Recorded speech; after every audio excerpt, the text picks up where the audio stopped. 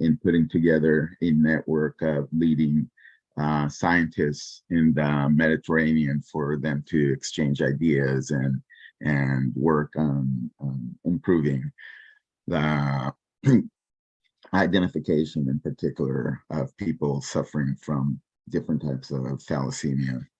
I then went to work in Latin America and worked, advocated for neonatal screening in Brazil, Colombia, and other countries. Currently, I work for a company, Trinity Biotech. I'm the executive vice president, and we are now part of a group of companies, the Miko Alliance, who is out of Korea, led by our chairman, Sung Kyu. I have always been extremely frustrated, and will echo what was just said by our speakers, of the lack of attention and the lack of visibility that hemoglobinopathies have around the globe.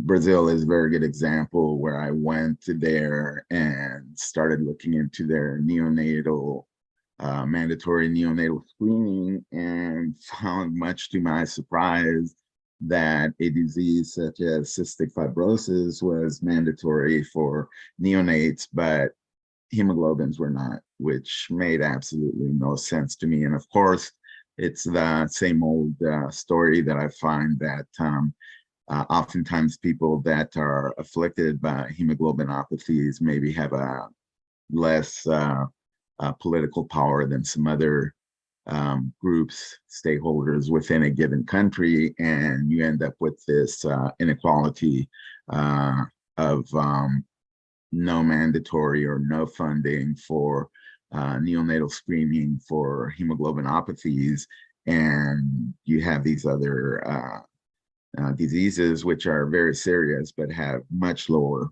prevalence rates being mandatory in many countries. This is true even for my home country, Colombia, which only recently, in the last 2 years, has started moving towards mandatory screening of hemoglobinopathies in neonates. One of the, I think, duties of industry, and I have always operated in this way, is to work closely with research communities and the advocacy groups of hemoglobinopathies, to give that visibility, to advocate to governments, and whether it's national or regional, to have a look at funding neonatal screening, which in my mind has a very big positive impact on society, identifying neonates that are afflicted by these very serious diseases. Education is fundamental to that. We started looking at putting efforts into education in Africa back in early 2019, when we had a symposium in South Africa and brought in some of the world's leading experts in the field of sickle cell, including Professor Kwaku, who we all know, unfortunately, has recently left us. But the idea was bringing these very important people in the field to increase the education among researchers, and also to give these very important people the platform for them to exchange ideas and spend time and everything, something which is oftentimes missing within the hemoglobinopathy research community. Our effort in Africa is expanding. We are currently working very closely with the University of Cape Town setting up a center of excellence for both neonatal screening and adult testing of sickle cell disease.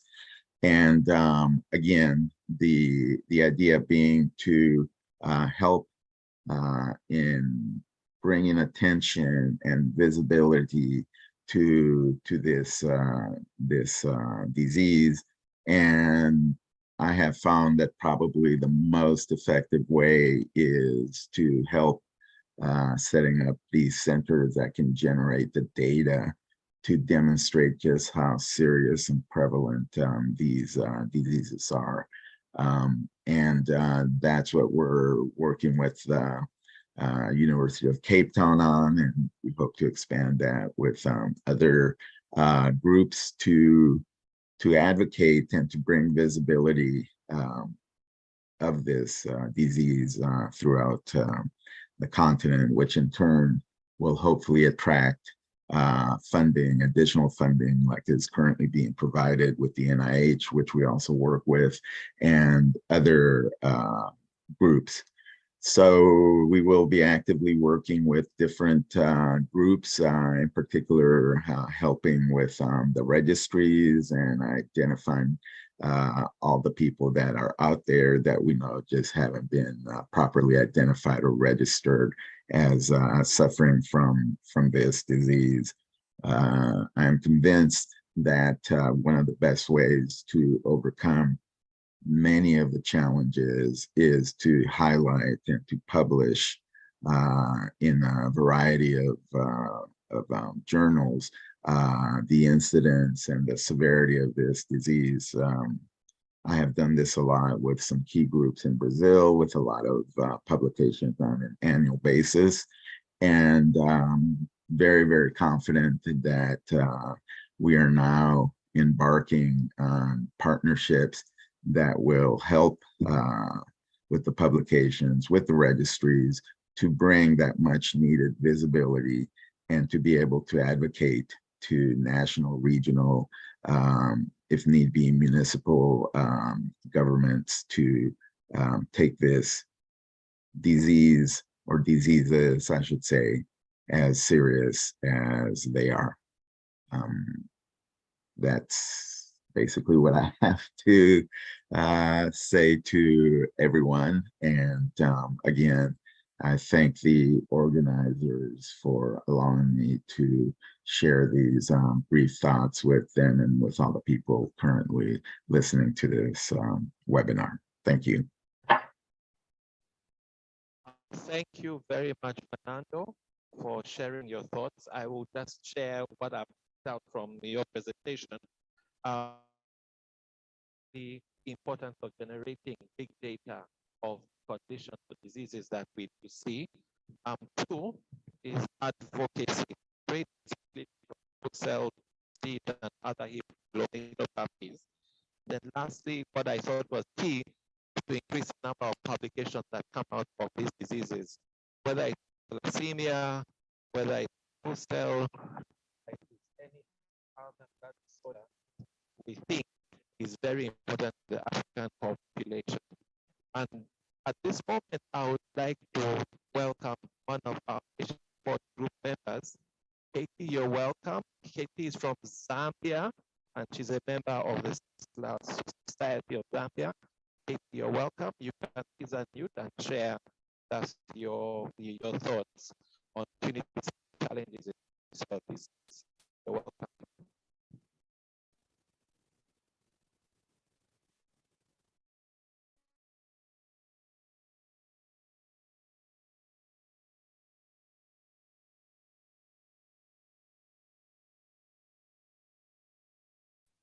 I think Ketty dropped off the network, unfortunately.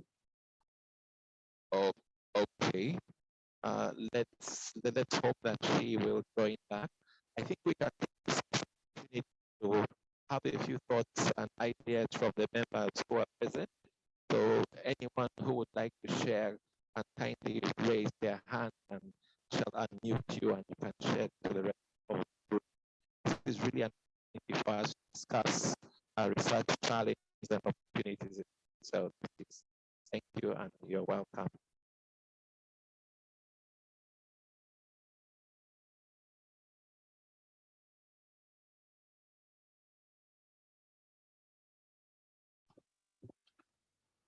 There, unfortunately, your sound is not very good. If I can repeat what you're saying, I think you mentioned that if people want to engage in the discussion, they can raise their hands and we will unmute them. So that's correct, right? Yes, it is. Thank you, Mario. I just need to project a little bit more over. Noted.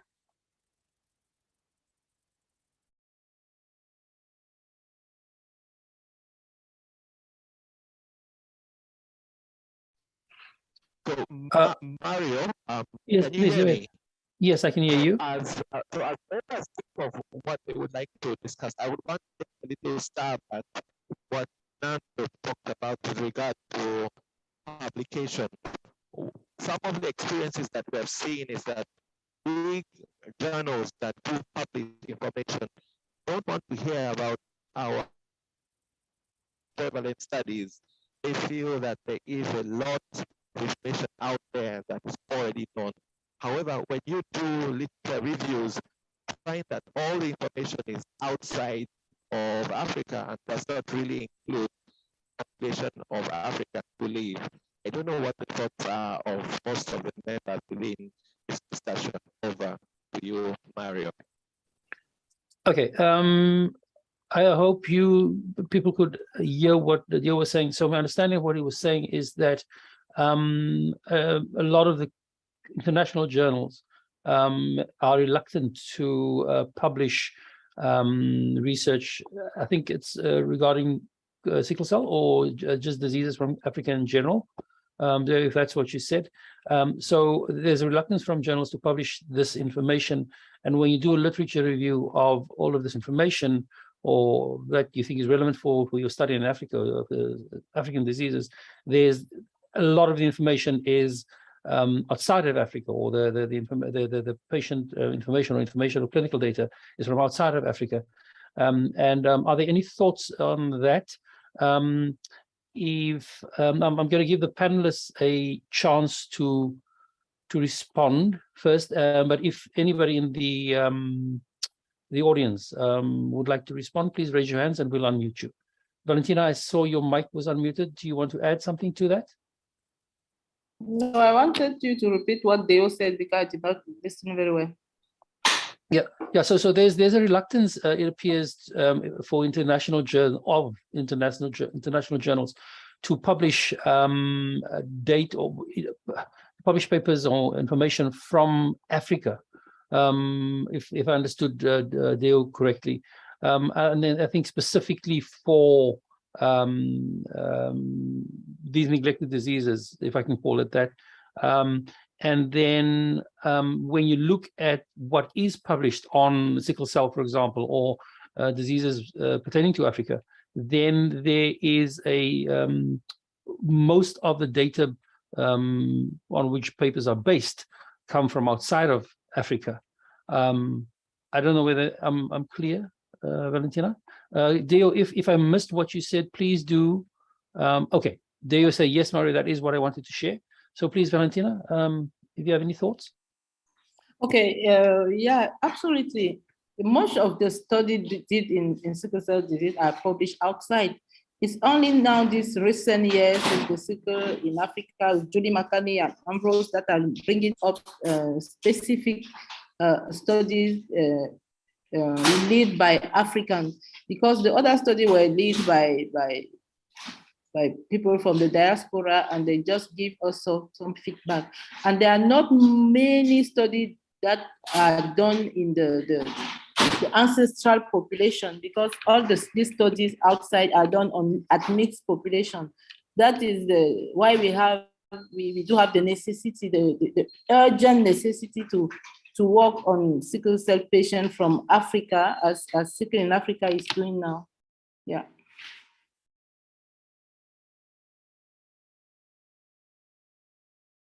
Thanks, Valentina. Deo, so anybody in the audience, please raise your hand if you want to add or ask a question. Please do so, and we'll send you an unmute request. Fernando, do you have any thoughts on that? I know it may not necessarily be up your creek, but do you have any thoughts on that? Yes, actually, I think that again, one has to have a starting point to get publications out there, and one of the ways that I've seen is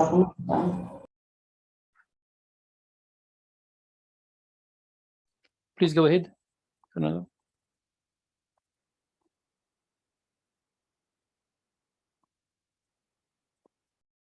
Claudia, do you want to comment?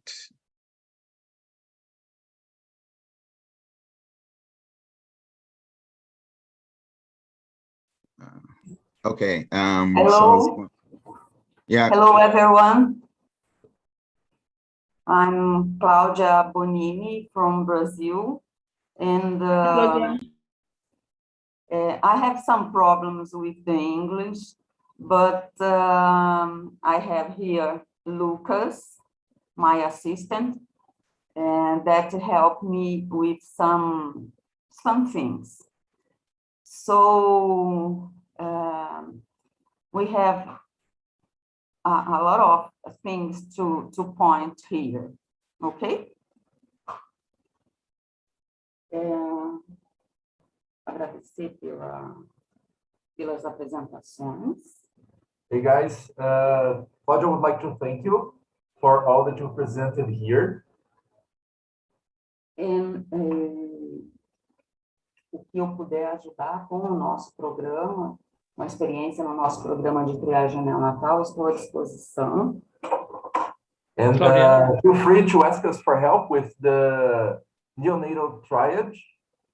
And then we can help you with in every way we can. So feel free to ask us if you need anything. Okay, Claudia, before you continue, pardon, could you introduce yourself? Maybe just give us context as to where you're from, so that we know who we're speaking or listening to, if you please.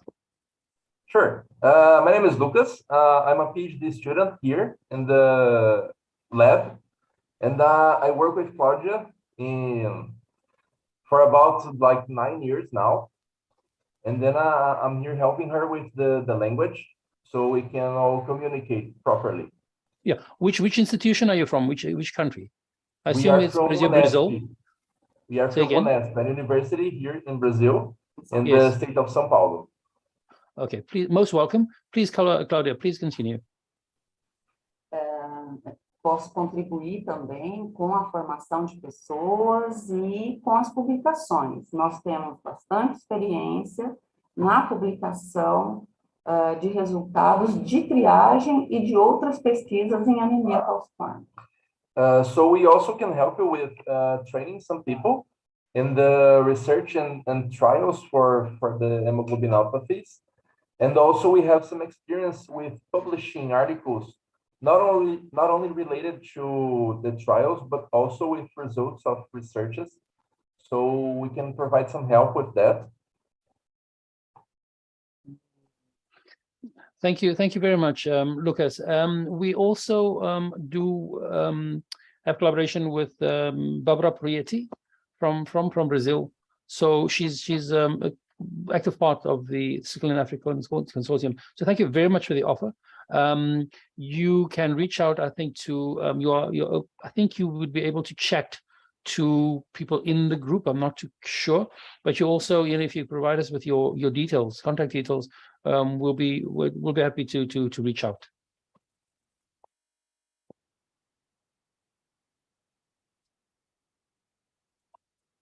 Okay, so this is Fernando again. So just quickly, so I've worked with Claudia for maybe 20 years at this point, and she's been able to, with her group, she generally has 3 or 4 PhDs that go through her program, and been pretty successful after a while to get publications into hematology and some of the other important journals. And getting back to the original question is on how to overcome those barriers of lack of publications. one of the things that is of course key, and you just mentioned a partnership with someone, with a professor in Brazil, and so forth. I think that is key to overcome those initial areas. I know that whether it's people out of the NIH, you know, we are currently working with a doctor in the NIH who's looking at glycation rates of people with sickle cell disease. So those type of studies, I think, are really good opportunities to get involved with these type of studies where there'll be a very, very good chance, for example, of this particular doctor's results on this. And even though it's not directly related to, say, sickle cell disorder, it's of course looking at a specific aspect of the impact of sickle cell on something as important as glycation.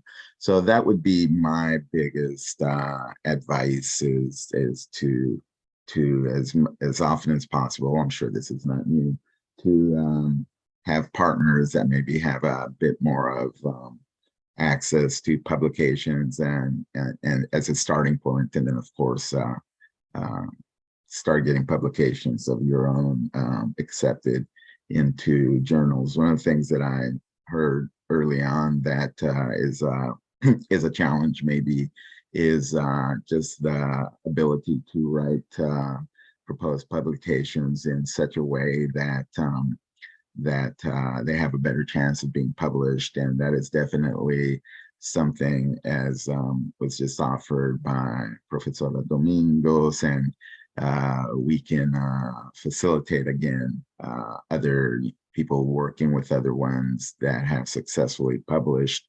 to maybe give some insight and some guidance and some training on that aspect. Thank you.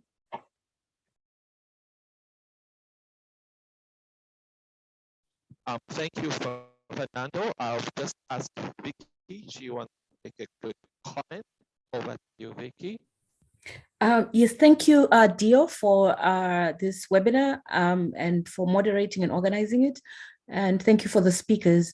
I think I agree with most of the discussions that have happened so far. And one of the things I just wanted to point out, an opportunity that we'll start advertising from tomorrow. We are advertising because one of our mandates really is to build capacity in sickle cell disease research.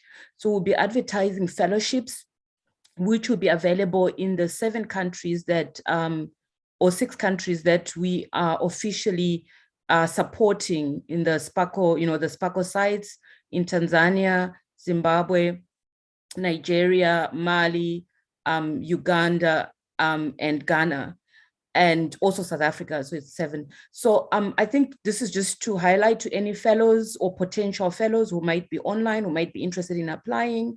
But I also wanted to indicate the importance of academic and private partnerships. At the moment, we're currently finalizing a partnership with Trinity Biotech to try and increase capacity in detection of sickle cell disease in patients or in the general population. And we'll also be hosting that training here at UCT, supported by Trinity Biotech. And this would not have been possible without, the support that they're going to provide. And once that's also finalized, I think we'll circulate that. So I think it's important that maybe there's a portal of training activities so that everyone can benefit from the capacity development activities around, skill sets within the sickle cell disease domain and other related areas. Thank you. Thank you, Vicky, for highlighting those key opportunities. The only thing I would like you to remind the members who are listening is where shall they access, on which website, such that they're able to know.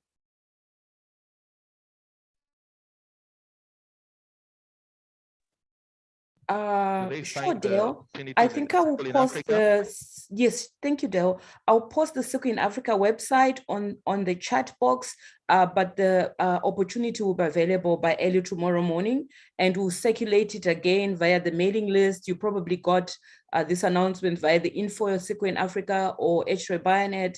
H3 Africa will circulate through the commonly used networks, and we'll do the same as well when the training that we are partnering with Trinity Biotech is ready for advertising. So I'll paste the Sickle in Africa website in a few minutes. I think Rex asked, can a person from Zambia apply for the fellowship? Yes, definitely they can. Definitely they can, because we've got a site in Zambia. Thank you. So thank you very, very much, Vicky, for highlighting the opportunities. And like we mentioned, we are really looking at collaboration. We're looking at such that can help us answer some of the challenges that we do have. I do want to share with the members that one of our speakers, Ketty, who is a member of the Zambia Sickle Cell Society, has not been able to rejoin us, mainly due to issues. And that's also something that I think in Africa we need to push. We need to improve our overall connectivity. It's one of our key human rights, access to the internet. So I would open up the discussion for the next 5-10 minutes, then thereafter we'll close on the hour. Thank you.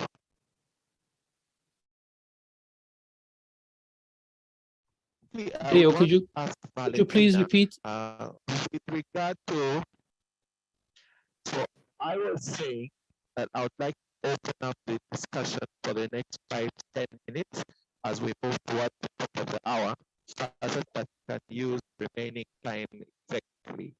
And I also wanted to ask Valentina, from her experience, whether she can share with us some of the other challenges that she has had within laboratory medicine.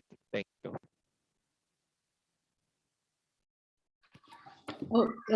Thank you, Deo.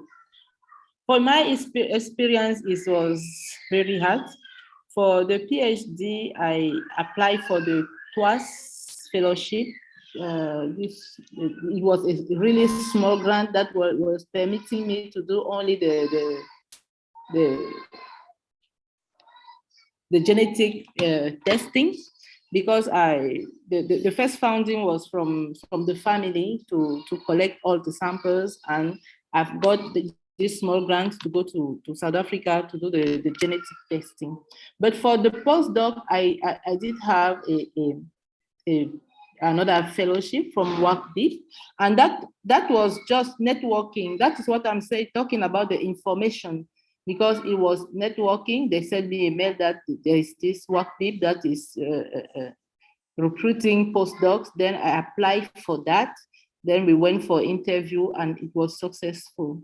So just what I want to highlight here is, as Vicky said now, to share the information when we have, because in Africa, we don't have the culture of looking for the information. Because when I had this fellowship, all my colleagues and friends were coming to me every time, I want to have a fellowship like you, because they don't know where to go to have the information. So I was just lucky for that, to have a mentor that was holding my hand to go forward.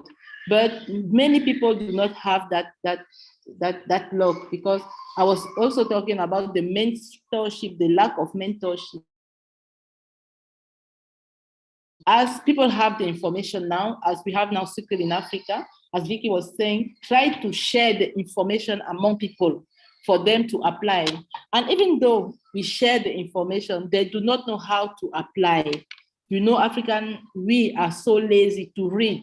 When you start to read, do this step, at some point, the person will stop and say, no, it's too long, it's too difficult. So we must try to train people, even if we give them the information, we must try to train people on how to apply for a grant, even how to write, yes, and how to apply for the grant.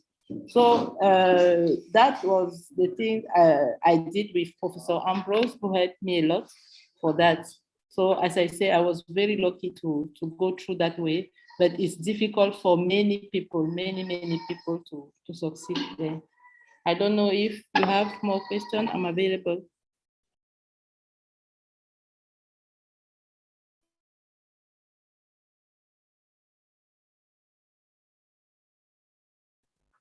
Thank you, Valentina.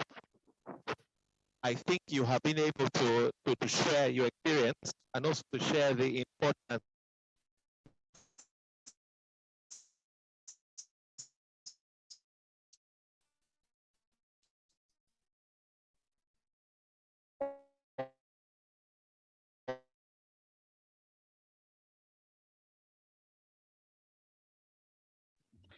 Dio, we missed the audio from you, Valentina, sharing the importance of, and that's where we lost you. Can you hear us?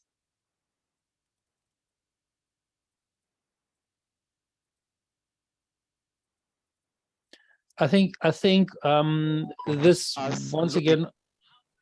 Hello, Mario, can you hear me? Now we can, yes. Please go ahead.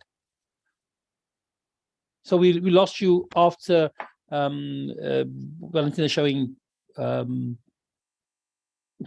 I lost the idea as well. please go ahead. Okay, I dropped off. I hope you had my last comment before I... No, we did not. So we lost the last 3 minutes. No, we did not have any. We lost the last 2 or 3 minutes. So what else? Okay, great. So what I was trying to highlight is the importance of having a mentor with regards to supporting your research career. It's very important to have that, and each person should be able to look for one or search for one or pick one from somewhere to help them guide. We do have Katie. Katie, have you joined?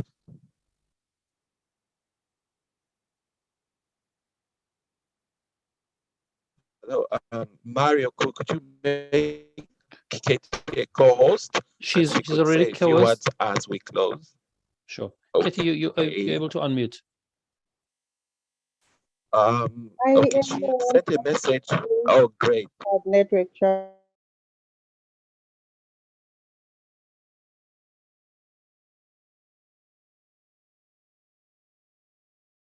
I think the issues that we're having with people connecting is just highlights and underscores what Dia was saying about. Mario, are you hearing her? Because I am not.